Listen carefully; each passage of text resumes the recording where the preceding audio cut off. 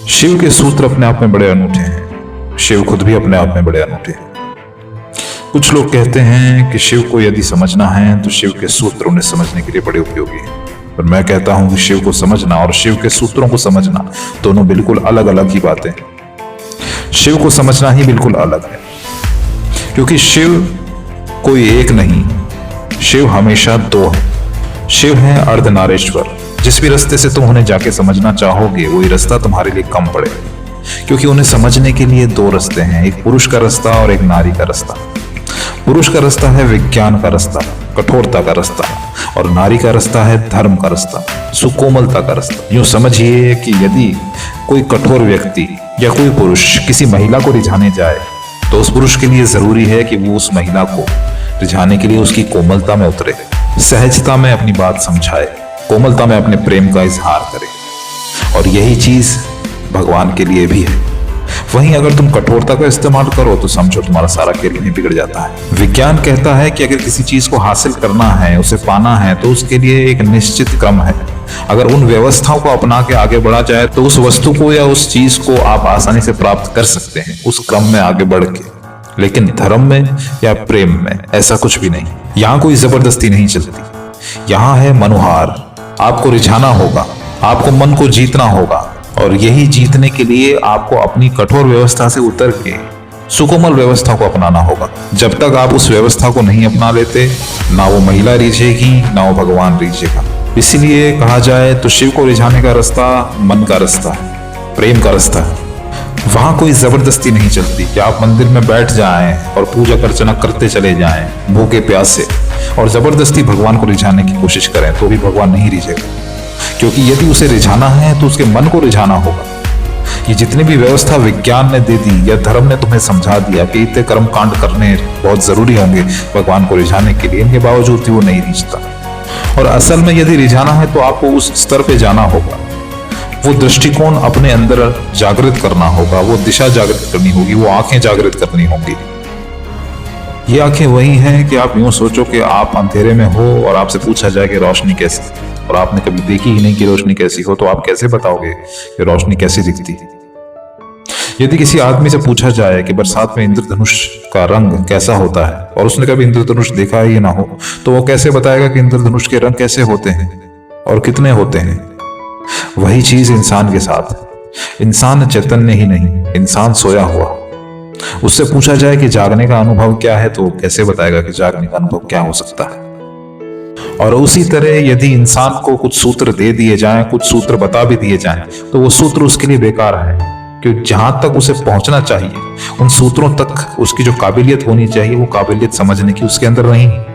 और जब तक वो काबिलियत उसके अंदर जागृत नहीं होती, तब तक वो सूत्र उसके काम के नहीं। तो इसीलिए शिव के सूत्र को अगर आपको अपनाना है और उन्हें सुनना है, उन्हें जानना है, तो अपने अंदर कुछ काबिलियत को जागृत करना होगा, उन आंखों को जागृत करना होगा, उन कानों को जागृत करना होगा जो उन्हें सुन के और देख के समझ सके, महसूस कर सके। क्योंकि शिव के सूत्र आपके मन के अनुसार नहीं चलते। शिव के सूत्र बिल्कुल सटीक, सीधे और स्पष्ट हैं, जो बिल्कुल आग की तरह आपको जलाते हैं। शिव का सूत्र कहता है कि इंसान सबसे पहले खुद को समझ ले, इंसान सबसे पहले खुद पे निर्भर हो जाए। हमारे जीवन की जितनी भी व्यवस्था है, हमारे जन्म से लेके हमारे मृत्यु तक, वो सारी की सारी व्यवस्था सहारों की व्यवस्था है। इंसान अपने जन्म से लेके मृत्यु तक सहारे ढूंढता है और सहारों की ही अपेक्षा करता है। पत्नी अपने पति में सहारा ढूंढती है, माँ अपने बच्चे में सहारा ढूंढती है, मित्र अपने मित्र में सहारा ढूंढते हैं, और इन्हीं सहारों की व्यवस्था के अंदर पूरी जिंदगी को जीते हैं। पर कोई इन सहारों के तर्क को तोड़ के ये नहीं सोचता कि इंसान कभी भी किसी के सहारे पे जी नहीं सकता।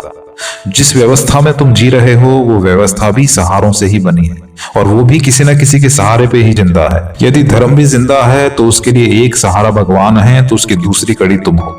यदि तुम दोनों सहारों को हटा दिया जाए तो धर्म बिल्कुल गिर जाएगा। विज्ञान जीता है तो वो किसी पदार्थ के सहारे पे जीता है और उस पदार्थ के परिणाम के सहारे पे जीता है। यदि इन दो चीजों में से कोई भी एक चीज हटा दी जाए तो विज्ञान भी गिर जाएगा। तो आप यूं समझिए कि जो भी चीज आपको सहारे दिखा रही है, वो सारी चीज सिर्फ व्यवस्था है, और वो खुद आपके सहारे पे टिकी है। और इंसान का आगे बढ़ना या कहीं पहुंचना तब तक संभव नहीं है जब तक वो इन सहारों को छोड़ के खुद को ही खुद का सहारा मान के आगे न बढ़ जाए। अब आदमी खुद का सहारा कैसे मानेगा? आदमी बिना सहारों के जीने का आदी ही नहीं। इंसान की हालत यह है, यदि किसी सुनसान सड़क पे उसे रात को निकलना भी हो तो वो किसी को साथ लेके निकलता। उस सुनसान रास्ते से गुजरने के लिए भी उसको सहारे की दरकार रहती। हर इंसान सोचता है कि जो मैंने संतान पैदा की है वो संतान मेरे बुढ़ापे में मेरे साथ थी। उसके बुढ़ापे के लिए भी उस सहारे की दरकार है, और इसीलिए इंसान इसी तरीके से जीता चला जाता है और सोया चला जाता है, जागता ही नहीं। क्योंकि इंसान को जागते ही ये अनुभव हो जाएगा कि पूरी दुनिया में उसके लिए कोई सहारे नहीं है। उसका सहारा सिर्फ एक ही है, वो है उसकी आत्मा।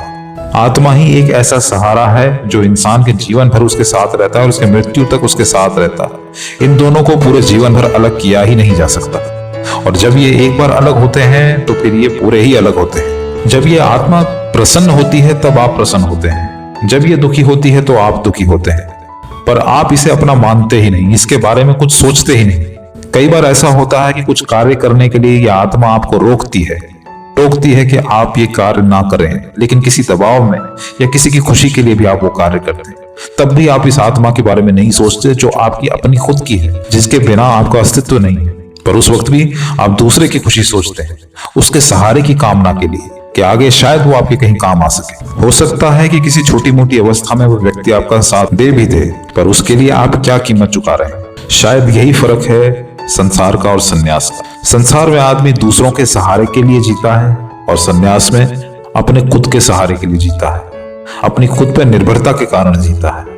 और तुम ये समझ लो कि जब आदमी खुद पे निर्भर होता है तो ईश्वर तक पहुंचने के सारे रास्ते सुगम हो जाते हैं। यूं समझिए, आप हैं और परमात्मा, बीच में ना ज्ञान है, ना विज्ञान है, ना धर्म है, ना उनके चोचले हैं, ना उनके ढकोसले हैं। आप दोनों एक दूसरे के सामने ही तो खड़े हैं। मिलने में सिर्फ इतनी दिक्कत ही क्या है?